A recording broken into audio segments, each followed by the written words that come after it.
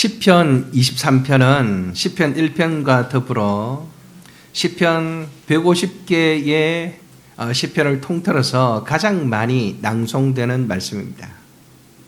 그 내용이 얼마나 아름다운지, 그리고 그 내용이 얼마나 쉽고도 명확한지 다른 설명을 덧붙일 필요가 없을 정도입니다. 시편 23편을 이해함에 있어서 가장 중요한 문학적 특징은 여호와 하나님에 대한 두 가지 비유가 나온다는 것입니다. 1절에서 4절에 보면 어떤 비유가 나올까요? 목자의 비유가 나옵니다. 그죠? 여호와는 나의 목자시니 하면서 목자가 양을 어떻게 돌보는지 생생하게 그려지고 있습니다. 5절에서 6절에는 어떤 비유가 나올까요?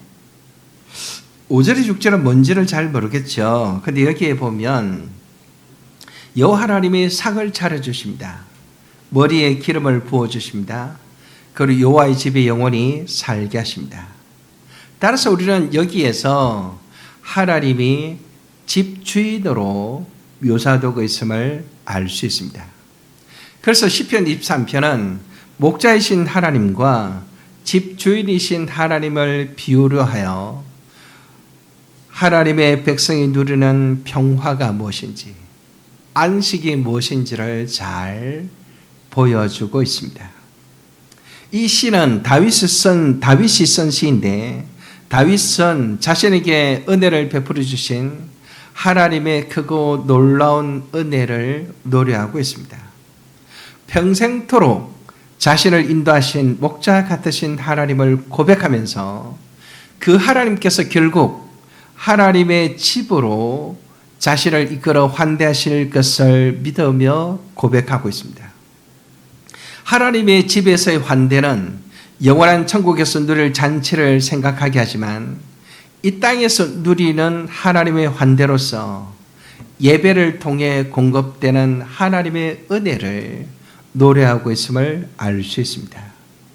예배를 통해 공급되는, 이건 제가 나중에 설명을 드리겠습니다.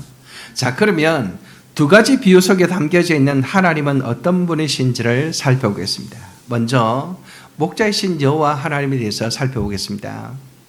목자이신 여호와 하나님은 네 가지, 집주인이신 하나님은 두 가지로 정리해 보겠습니다. 목자이신 하나님은 첫째, 부족함이 없게 하시는 분이십니다. 여러분 1절을 같이 한번 읽겠습니다. 1절 같이 한번 읽습니다. 여호와는 나의 목자시니 내게 부족함이 없으리로다. 다 같이 읽습니다. 여러분 다 같이 다시.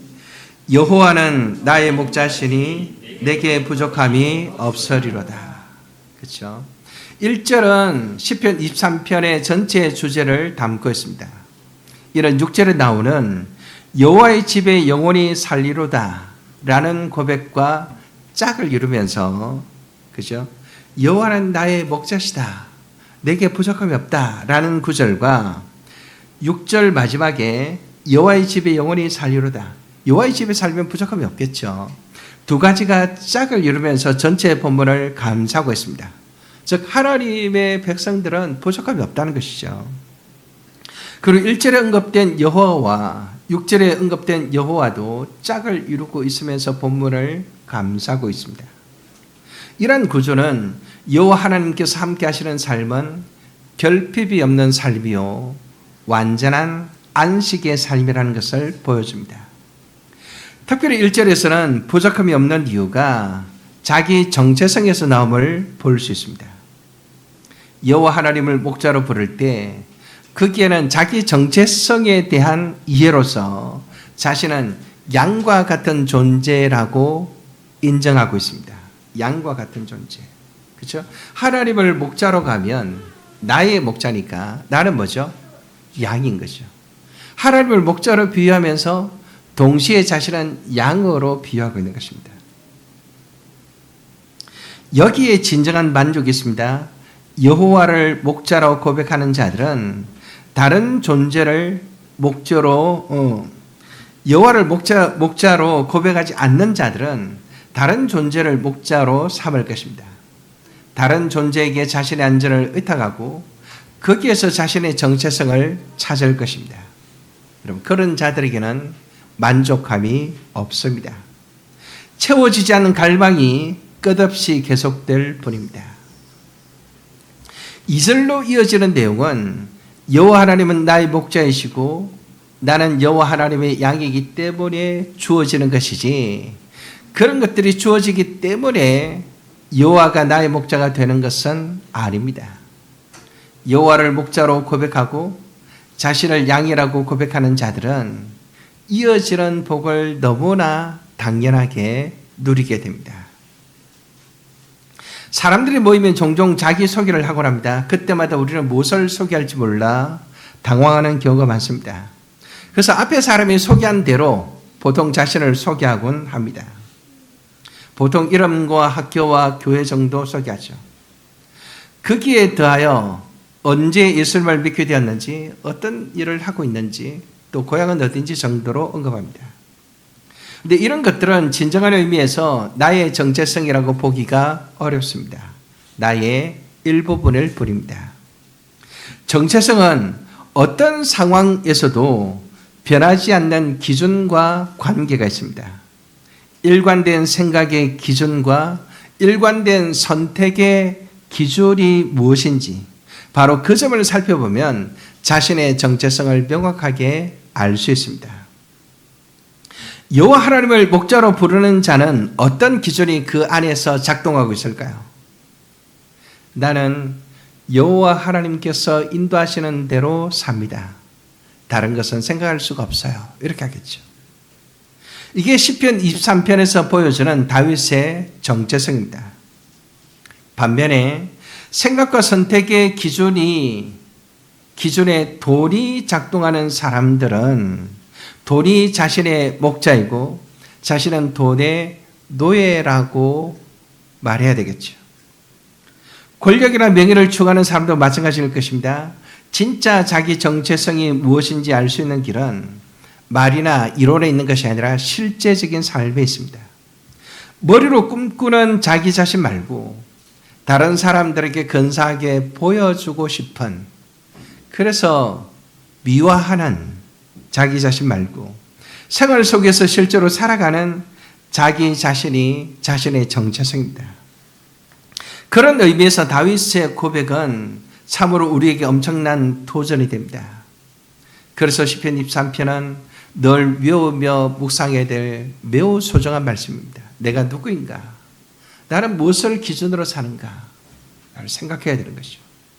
우리 중에 한 사람이라도 예외 없이 모두가 하나님을 목자로 삼고 자신을 양으로 고백하며 살아갈 수 있기를 바랍니다.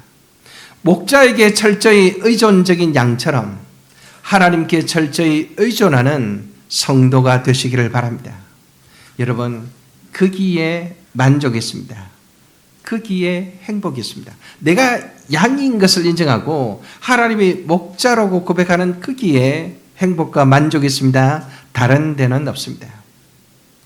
내게 부족함이 없으리로다 라는 다윗의 노래가 나의 노래가 되려면 여호와 하나님과의 관계 속에서 나의 정체성을 확립해야 되는 것입니다.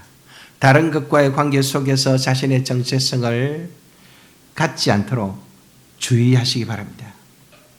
둘째로, 목자이신 하나님은 꿀과 물을 공급해 주시는 분이십니다. 여러분, 2절과 3절을 한번 더 읽겠습니다. 2절과 3절 같이 읽습니다. 자, 눈을 부릅뜨고 같이 읽습니다. 시작. 그가 나를 푸른 풀밭에 누이시며 쉴 만한 물가로 인도하시는도다. 내 영혼 자기 이름을 위하여 의의 길로 인도하시는도다. 여기 내 영혼을 소생시키시고까지 자르겠는데요. 2절은 여호와 하나님을 목자로 고백하고 자신을 양이라고 고백하는 자는 어떤 혜택을 누리게 되는지를 구체적으로 보여줍니다. 그리고 3절 상반절 내 영혼을 소생시키시고 라는 말은 2절에 따르는 결론입니다. 2절에 따르는 결론. 푸른 풀밭과 쉴 만한 물가는 양들에게 반드시 필요한 요소입니다. 풀밭은 양의 양식인 꿀을 먹는 것이고 물가는 생존에 필요한 물을 마시는 곳이기 때문입니다. 푸른 풀밭은 아주 넉넉하게 풀이 자라고 있는 들판을 떠올리게 합니다.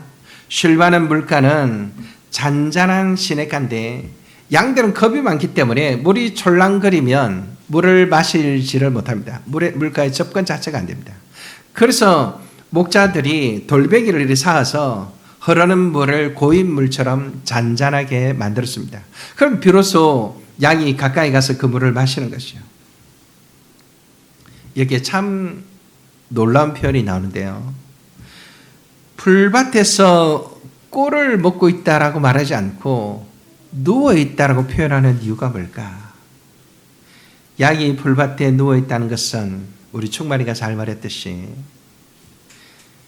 풀을 마음껏 배부르게 먹은 후에 그것을 덜어누워서 되새김질하는 장면을 묘사하는 것입니다. 이것은 종말에 여호와께서 이스라엘에게 하실 일을 묘사할 때 사용된 표현입니다. 에스겔서 34장 14절과 15절을 보면 좋은 꼴을 먹이고 그 우리를 이스라엘 높은 산에 두리니 그것들이 그곳에 있는 좋은 우리에 누워 있으며, 누워 있다는 표현이 나오죠. 이스라엘 산에서 살찐 꼴을 먹으리라. 네가 친히 내 양의 목자가 되어 그것들을 누워 있게 할지라. 주 여호와의 말씀이니라. 내가 친히 목자가 되어서 이스라엘 백성들을 누워 있게 하겠다는 거예요. 그죠? 그 완전한 평화를 말한 것이죠. 쉴만한 물가에서 쉴만한이라는 단어가 보여주는 그림은 어떻습니까? 양들이 편안하게 쉬면서 언제든지 물을 마실 수 있는 안전한 상태를 보여줍니다. 물이 넉넉하기 때문에 경쟁할 필요도 없습니다. 뛰어갈 필요도 없습니다. 목마를 것을 걱정할 필요가 없습니다. 그야말로 만족이 넘치는 평화의 그림, 샬롬의 그림인 것입니다. 이러한 만족과 평화는 어떤 결론으로 이어집니까? 영혼의 소생함으로 귀결됩니다. 그죠? 3절에 내 영혼을 소생시키시고 풍성한 꿀과 달콤한 물을 넉넉히 먹고 마신 양은 그 생명력과 기력이 회복됩니다. 다윗은 수많은 역경과 고난을 겪었습니다. 다윗의 삶 중에 어디쯤에서 이런 경험을 했는지 알 수 없으나 인생의 위기에 직면하여 기진맥진해 있을 때 자기를 구원해 주신 하나님, 바로 그 하나님을 노래하고 있습니다. 자신의 목자 되신 여호와 하나님께서 꿀과 물을 공급해 주심으로 자신의 생명력과 풍성한 삶, 그리고 그 영혼이 회복되는 것을 경험하였고 그때를 떠올리며 노래했음을 우리가 알 수 있습니다. 우리는 여기에서 우리 자신에게 적용하기 위한 두 가지 질문을 생각해 볼 수 있습니다. 두 가지 질문을 제가 하겠습니다. 여러분 생각해 보세요. 꿀과 물을 공급하셔서 내 영혼을 소생시켜 주시는 하나님을 나는 경험하였는가? 여러분, 나는 경험하였는가? 두 번째는 꿀과 물을 공급하셔서 내 영혼을 소생시켜 주실 하나님을 나는 믿는가? 생각해 보세요. 꿀과 물을 공급해 주시는 하나님을 나는 경험했는가? 꿀과 물을 공급해 주시는 하나님을 나는 정말로 믿는가? 경험하였다면 정말 감사한 일입니다. 그런 이야기를 다른 사람들에게도 나눠주시기를 바랍니다. 그런 경험이 있다면 나의 믿음을 이 시간에 확고히 다지면 좋겠습니다. 그래서 언제라도 그런 경험을 반복해서 가질 수 있도록, 그죠? 그리고 그런 경험이 없다면 하나님, 그런 경험을 제게도 허락하여 주시옵소서 기도할 수 있기를 바랍니다. 그죠? 왜냐하면 양인 우리는 하나님과의 관계에서 이런 복을 누림이 마땅하기 때문입니다. 여러분 한번 따라해 보시기를 바랍니다. 따라해 보겠습니다. 하나님은 나의 목자이십니다. 저는 하나님의 양입니다. 저는 양이기 때문에 하나님을 의지할 수밖에 없습니다. 진심으로 하나님만을 의지합니다. 하나님만을 붙듭니다. 각종 위기와 불행이 닥쳐올지라도 꿀과 물을 공급하시는 하나님으로 인해 나의 영혼이 소생되는 것을 경험하게 해주세요. 여호와께서 나의 목자 되심을 누리게 해주세요. 아멘. 여러분, 이런 기도를 주께 드리며 이 말씀을 붙들고 하나님이 나의 목자됨을 누리며 살아가시기를 바랍니다. 아멘. 세 번째는 목자이신 하나님은 의의 길로 인도하시는 분이십니다. 23절 하반절을 읽겠습니다. 소생시키시고 다음부터 같이 읽습니다. 자기 이름을 위하여 의의 길로 인도하시는 도다. 목자가 양을 인도하시는 길은 의의 길입니다. 불의의 길이 아닙니다. 의의 길은 어떤 길일까요? 명확한 방향성이 있는 길입니다. 지금 시인은 어디를 향하여 가고 있습니까? 여호와의 집을 향하여 가고 있습니다. 여호와의 집으로 가고 있습니다. 여호와의 집에서 궁극적인 쉼과 안식을 누리기 위하여 여호와의 집을 향하여 나아가고 있습니다. 여호와의 집으로 가는 길은 어떤 길일까요? 바르고 곧은 길입니다. 한번 따라합시다. 바르고 곧은 길. 바르고 곧은 길. 그 길에는 악인들의 위협이 있습니다. 고통과 고난이 있습니다. 사탄이 우리가 그 길을 가도록 내버려 두지 않기 때문에 고난과 고통을 피할 수가 없습니다. 예수님께서 걸어가신 길을 보면 그 의미를 금방 이해할 수 있습니다. 무엇보다 이 길은 자기를 부인하는 길입니다. 의롭다는 판단은 내가 할 수 있는 것이 아니라 오직 하나님께서 하시기 때문입니다. 하나님께서 말씀을 통해 의의 기준을 알려주시고 성령을 통해 우리를 그 길로 이끌어 주십니다. 그때마다 우리에게 필요한 건 뭘까요? 자기를 부인하는 것입니다. 그래서 예수님께서 제자 된 첫 번째 조건으로 누구든지 나를 따르려거든 자기를 부인하라. 제자된 첫 번째 조건으로 자기 부인을 말씀하신 것은 너무나도 당연하고 너무나도 중요한 가르침이었습니다. 여러분, 의의 길은 어떤 길일까요? 자기 이름을 위하여라는 문구 속에서 그 길의 의미를 찾아볼 수 있습니다. 자기 이름을 위하여. 누구 이름일까요? 여호와의 이름이겠죠. 이런 목자이신 여호와께서 자신의 명예를 걸고 양떼를 안전하고 바른 길로 인도하듯이, 그죠? 목자가 자신의 명예를 걸고 양떼를 안전하고 바른 길로 인도하듯이 우리의 목자이신 여호와께서 자기 양들을 여호와 하나님의 거룩하신 이름에 걸맞게 의로운 길로 인도하신다는 의미입니다. 여호와 하나님께서 길을 잡아 인도하실 때 자기 이름을 위하여 길을 잡습니다. 인간을 위해 길을 잡지 않습니다. 인간의 이름이 작동하면 큰일 납니다. 오직 여호와의 이름을 위하여, 오직 여호와 하나님 그 이름이 높임 받으시도록 오직 하나님의 영광을 위하여 우리를 인도하십니다. 그 길이 의의 길이고 그 길이 양인 우리에게 가장 복된 길입니다. 여호와께서 생각하시는 길, 여호와께서 잡아가시는 길이 우리에게 복된 길입니다. 내가 원하는 그 길이 복된 길이 아닙니다. 내가 원하는 그 길을 포기하고 하나님께서 말씀하시는 그 길로 가야 거기에 진짜 행복이 있고 거기에 진짜 자유가 있고 거기에 진짜 기쁨이 있는 것입니다. 여호와 하나님의 이름을 위하여 사는 것과 자기 이름을 위하여 사는 것은 정말로 다릅니다. 삶의 질에서 너무나 큰 차이가 납니다. 나의 이름을 위하여 살게 되면 어떤 현상이 내 주변에서 일어나게 될까요? 나만 내 이름을 위해서 살까요? 세상의 모든 사람이 자기 이름을 위해서 삽니다. 자기 이름을 위하여 사는 사람들끼리 함께 만나면 어떤 일이 일어날까요? 어떤 일이 벌어질까요? 끊임없이 갈등하게 됩니다. 끊임없이 싸우게 됩니다. 협력은 점점 더 힘들어질 수밖에 없습니다. 그러나 하나님의 이름을 위하여 살아가는 두 사람이 만나게 되면 어떤 일이 일어날까요? 갈등이 최소화됩니다. 싸움이 최소화됩니다. 함께함으로 인해 시너지 효과가 발생할 것입니다. 함께하는 기쁨과 즐거움이 무엇인지를 비로소 알게 될 것입니다. 그렇죠? 하나님의 이름을 위하여 사십시오. 하나님의 이름을 위하여라는 목표를 분명히 하십시오.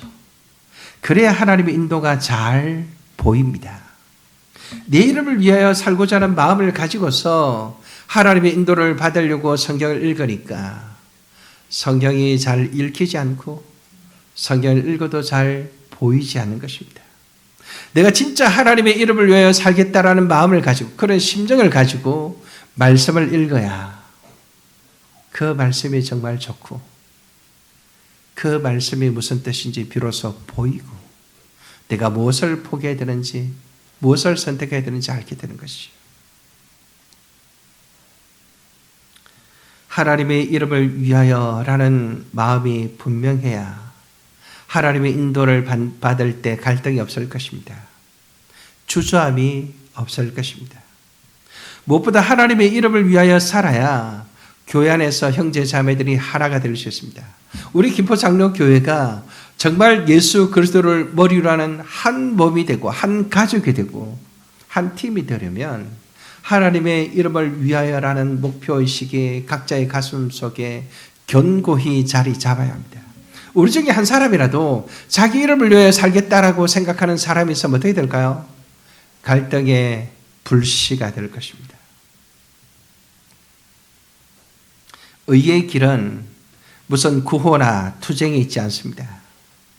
하나님께 있고 하나님의 거룩한 이름에 있고 그 이름을 위해 살아가는 자들의 삶 속에 자연스럽게 녹아 있습니다. 여호와는 나의 목자시다 라는 말의 의미 네 번째는 힘든 상황에서도 함께 하시고 보호하시는 분이라는 의미입니다. 힘든 상황에서도 함께 하시고 보호하시는 분이라는 뜻입니다. 4절을 같이 한번 읽겠습니다. 4절 같이 읽습니다. 시작. 내가 사막의 엄침한 골짜기로 다닐지라도 해를 두려워하지 않을 것은 주께서 나와 함께 하심이라. 주의 지팡이와 막대기가 나를 안위하시나이다. 아멘. 여러분 4절에서 다윗은 하나님께 직접 고백하는 형식을 취하고 있습니다. 그죠? 직접 고백하는 형식을 취합니다. 위험 가운데서도 자신을 안전하게 지켜주시는 목자 되신 하나님에 대한 신뢰를 고백하고 있습니다. 앞선 급한 의의 길이 반드시 편안한 길만을 의미하는 것이 아님을 보여주고 있습니다. 의의 길은 푸른 풀밭과 쉴 많은 물가를 포함하지만 여러분 잊지 마십시오. 사망의 음침한 골짜기를 지나야 할 때도 있습니다. 의의 길은 푸른 풀밭과 쉴 만한 물가를 우리에게 제공하지만 때때로 사망의 엄침한 골짜기를 지나야 할 때도 있습니다. 사망의 엄침한 골짜기는 죽음처럼 어두운 골짜기를 말합니다. 이런 골짜기는 깊고 어두워서 매우 위험합니다. 다윗은 여호와께서 이런 죽음의 골짜기를 지나가게 하실지라도 결코 두려워하지 않는다라고 말합니다. 왜 그렇습니까? 여러분 왜 그렇습니까? 우주 만물을 만드신 여호와 하나님이 나의 목자이시기 때문입니다. 아멘이십니까? 아멘. 여호와 하나님이 나의 목자가 되셔서 나와 함께 하시기 때문입니다. 다윗이 두려워하지 않는 첫 번째 이유가 목자이신 여호와께서 함께 하시기 때문이라면 두 번째 이유는 확실한 보호 때문입니다. 주의 지팡이와 막대기는 목자가 가지고 다니는 도구요 무기입니다. 지팡이와 막대기로 야수들의 공격을 물리치고 위험으로부터 양들을 지켜줍니다. 지팡이는 양의 숫자를 세고 양들을 이끌어 인도하는 도구이면서 동시에 양을 구하고 보호하는 도구입니다. 그리고 막대기는 목자가 의지하는 도구입니다. 그것으로 우리를 지켜주시기 때문에 사망이 엄침한 골짜기로 지나갈지라도 나는 두려워하지 않는다. 이렇게 고백하는 것이죠. 우리는 사망이 엄침한 골짜기를 멀리에서 쳐다보는 것만으로도 두려워 떨 수밖에 없습니다. 그러나 목자이신 여호와 하나님께서 인도하시면 걱정할 필요가 없습니다. 인도하시는 대로 따라가기만 하면 됩니다. 인도하시는 대로 따라가는 존재, 그게 바로 약입니다. 그게 바로 성도입니다. 그게 바로 믿음입니다. 사망이 엄침한 골짜기로 들어갈지 말지, 통과할지 말지 결정하는 것은 누가 결정할까요? 양이 결정할까요? 목자가 결정할까요? 누가 결정할까요? 양이 결정할까요? 목자가 결정합니다. 그죠? 양에게 필요한 것은 뭘까요? 목자를 신뢰하는 믿음뿐입니다. 목자를 신뢰하는 믿음을 가지고 따라가면 되는 것입니다. 눈에 보이는 대로 생각하면 두려울 수밖에 없습니다. 그러나 목자를 신뢰하면 두려움에서 벗어날 수 있습니다. 내가 가진 것이 없을지라도, 나는 한없이 자꾸 보잘것없을지라도, 되는 일이 하나도 없는 것처럼 보일지라도 누구를 신뢰하면 됩니까? 하나님을 신뢰하면 됩니다. 내 앞에 어슬렁거리는 대적은 너무나도 크고 강대하여도 절대로 넘을 수 없는 장벽이 앞길을 막을지라도, 짙은 어둠이 나를 위협할지라도 무엇을 붙들어야 됩니까? 나와 함께 하시고 나를 보호하시는 여호와 하나님을 붙들어야 합니다. 그래야 두려움에서 벗어날 수 있고, 그래야 사망의 엄침한 골짜기를 통과할 수 있습니다. 우리 중에 사망의 엄침한 골짜기를 지나가는 사람이 혹 있을지 모르겠습니다. 의의 길은 쉴 만한 물가, 그 아름답고 풍요로운 곳을 통과할 때도 있지만 사망이 엄침한 골짜기를 통과할 때가 있다는 것을 여러분 절대로 잊어서는 안 됩니다. 내 눈에 보이는 것 때문에 주눅들지 말고 나의 목자 대신 하나님을 붙들고 믿음으로 끝까지 승리하시기를 바랍니다. 여호와 하나님과 함께하는 사망이 엄침한 골짜기는 나를 망하게 하는 것이 아니라 나를 강하게 하는 것입니다. 나를 망하게 하는 것이 아니라 나를 강하게 하는 것입니다. 여러분들이 사망의 엄침한 골짜기를 통과하고 나면 정말로 강해질 것입니다. 두 번째 비유로 넘어갑니다. 두 번째 비유는 집주인의 비유죠. 집주인이신 여호와 하나님은 어떤 분이십니까? 5절을 보십시오. 내 잔이 넘치게 하시는 분이십니다. 5절을 같이 읽겠습니다. 같이 읽습니다.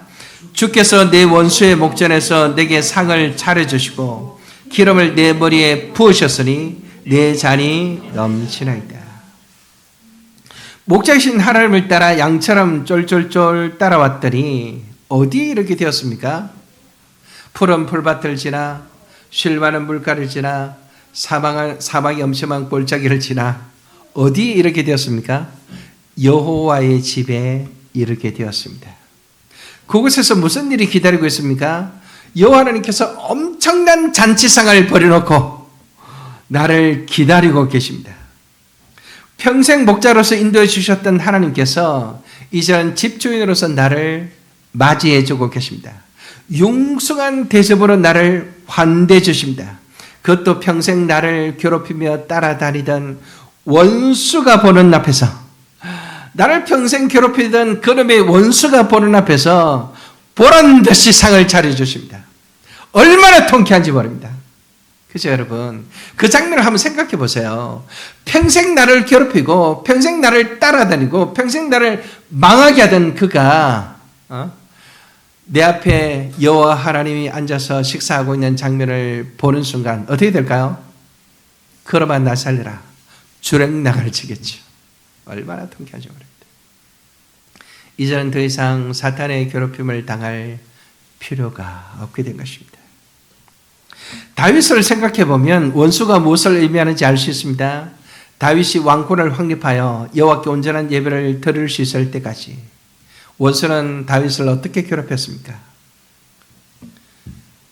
분명히 다윗은 이스라엘의 왕으로 기름 부음을 받았습니다. 사무엘을 통해서. 근데 사울은 다윗을 인정하지 않고 다윗을 끊임없이 죽이려고 하였습니다. 다윗은 광야에서 도망자로 살아야 했습니다. 자기뿐만 아니라 자기를 따르는 모든 식솔들도 고난 속에서 부러지져야만 했습니다. 블레셋이라는 민족은 끊임없이 이스라엘을 침공하여 괴롭혔습니다. 나중에는 자기가 사랑하는 아들 압살롬에게 왕위를 찬탈당하고 쫓겨나는, 맨발로 쫓겨나는 수모를 겪기도 했습니다. 이런 모든 상황을 불러일으킨 원수 앞에서 하나님은 보란듯이 잔치상을 차려주고 함께 식사를 하는 것입니다. 우리에게 그날이 반드시 올 것입니다. 기름을 내 머리에 부으셨으니 라는 말은 집주인이 잔치에 초대받은 손님들을 영화롭게 환대하는 의미에서 상징적인 행동을 말하는데요. 여러 가지 향료가 섞인 올리브 기름을 머리에 부어서 그들을 진심으로 환영한다라는 표시를 하는 것입니다. 여호와 하나님께서 긴 여정을 지나 여호와의 집에 온 다윗을 극진히 환대하며 원수들 앞에서 그의 승리를 인정하는 행위로서 기름을 그 머리에 붓는 것입니다. 내 잔이 넘치나이다에서 넘치다라는 단어는 만족이나 풍성함을 의미합니다. 시인은 지나간 삶을 돌아볼 때 만족하지 않을 수가 없습니다. 그리고 여호와의 집에서 베풀어 주시는 잔치상과 여호와께서 머리에 발라주시는 기름으로 인해서 그 풍성함을 만끽하지 않을 수가 없습니다. 그래서 내 잔이 넘치나이다, 내 잔이 넘치나이다 라고 찬송하고 있습니다. 내 잔이라는 이 표현은 16장 5절과 23장 6절에 두 군데 나옵니다. 시편에서 두 군데 나옵니다. 이는 목자 되신 하나님을 따라 모든 고난을 통과한 다윗이 왕으로 세워지는 장면을 생각나게 합니다. 그리고 구속사적으로는 광야를 통과한 이스라엘이 가나안 땅에서 누리게 되는 모든 복을 상징하고 있습니다. 더 나아가서 이 땅을 나그네로 살아가는 이 땅의 모든 성도들이 영원한 본향인 천국에서 누릴 만족과 풍성함을 생생하게 보여줍니다. 자, 집주인이신 여호와 하나님은 어떤 분이십니까? 두 번째로 마지막입니다. 여호와의 집에 영원히 살게 하시는 분이십니다. 6절을 같이 한번 읽겠습니다. 6절. 내 평생의 선하심과 인자하심이 반드시 나를 따르리니 내가 여호와의 집에 영원히 살리로다. 아멘. 여호와의 집에 초대받은 손님들은 이제 더 이상 원수들이 따라다니지 않습니다. 그럼 뭐가 대신 따라다닐까요? 원수들이 따라다니면서 괴롭히는 일은 이제 중단됩니다. 그럼 뭐가 따라다닐까요? 여호와의 선하심과 인자하심이 따라다닙니다. 엄청난 비교죠. 평생 사탄이 나를 괴롭히는 것들이, 나를 망하게 하는 것들이, 사실은 나를 강하게 만들었지만 망하게 하는 것들이 평생 나를 따라다니는데 이제는 뭐가 따라다닌다고요? 여호와의 선하심과 인자하심이 나를 따라다닙니다. 여기 의인화된 선하심과 인자하심은 중언법적 표현입니다. 반복이라는 거죠. 강조되어 있다는 거죠. 언약의 신실하신 하나님께서 시인과 함께 하신다는 사실을 확실하게 만듭니다. 이제 아무런 걱정이 없습니다. 두려움도 없습니다. 염려도 없습니다. 영원한 복락만 기다리고 있을 뿐입니다. 마지막 문장에서 살리로다 라고 번역된 이 단어는 돌아가다 라고 번역할 수도 있습니다. 내가 여호와의 집에 영원히 돌아가리로다. 내가 여호와의 집에 영원히 돌아가리로다. 우리 각자는 여호와의 집으로 돌아가는 자들입니다. 돌아가는 자들입니다. 이 땅에서는 주일마다 예배의 자리로 돌아가서 하나님의 환대를 경험합니다. 여러분, 우리가 언젠가 여호와의 집에 돌아갈 것입니다. 그 돌아갈 것을 바라보면서 주일마다 여러분들은 예배의 자리로 돌아오는 것입니다. 여러분들이 집으로 돌아가는 것이 아니고 하나님께서 임재하시고 하나님께서 초대하시는 예배의 자리로 주일마다 돌아오는 것입니다. 예배의 자리로 돌아와서 하나님의 말씀을 듣고 하나님께 예배하고 하나님의 말씀의 은혜를 누리다가 세상으로 나아가서 하나님 말씀에 순종하며 삽니다. 사단의 공격을 받지만 말씀을 붙들고 실험합니다. 그러나 다시 하나님께로 돌아와서 또 예배합니다. 우리가 예배할 때 뭘 선포합니까? 하나님께서 여러분을 환대하시면서 외치잖아요. 수고하고 무거운 짐진 자들아 다 내게로 오라. 내가 너를 편히 쉬게 하리라. 그죠?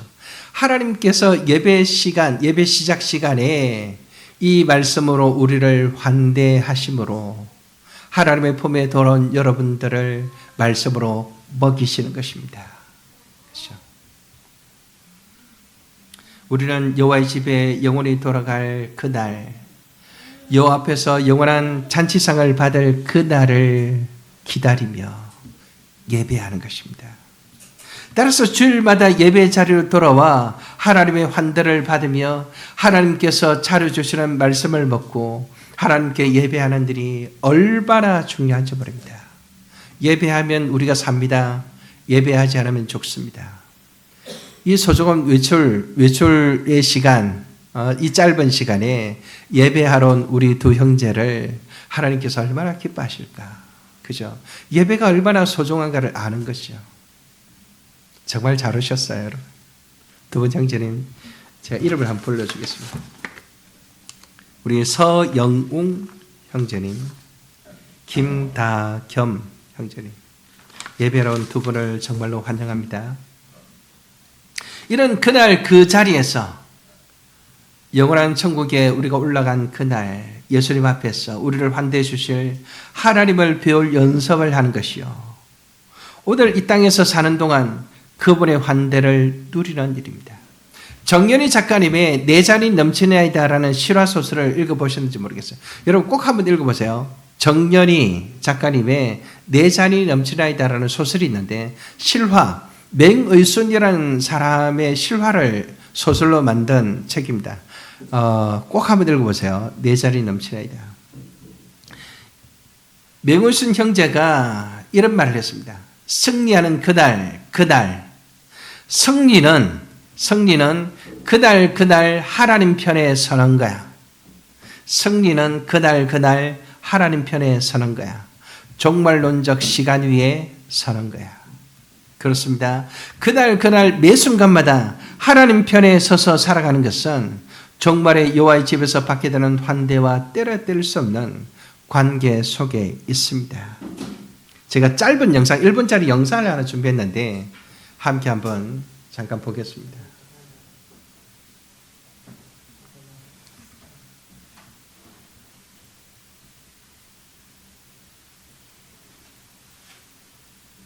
소리 크게.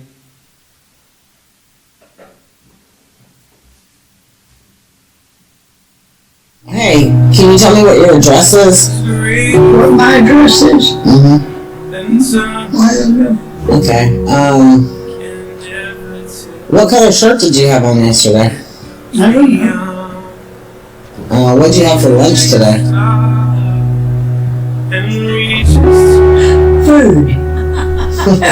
Good food. All right. So who is Linda? Do you know Linda? God gave his son. What about Paul? Oh, Paul. All right. Who is Jesus? There you go. well, Jesus is the one that saved me and lives in my heart Amen. and will take me home. Glory to God. Quite amazing. I love him. 굉장히 감동적인 영상이죠. 나이가 상당히 많이 드신 할머님께서 질문을 받는데 다 모릅니다. 주소도 모르고 입은 옷의 색깔도 모르고 심지어 아들과 딸의 이름도 모릅니다. 누구냐 그러니까 모릅니다. 근데 기억하는 것 딱 하나입니다. 뭘까요? 예수님을 기억합니다. 그러면서 예수님께서 뭘 해주신다고 그러죠?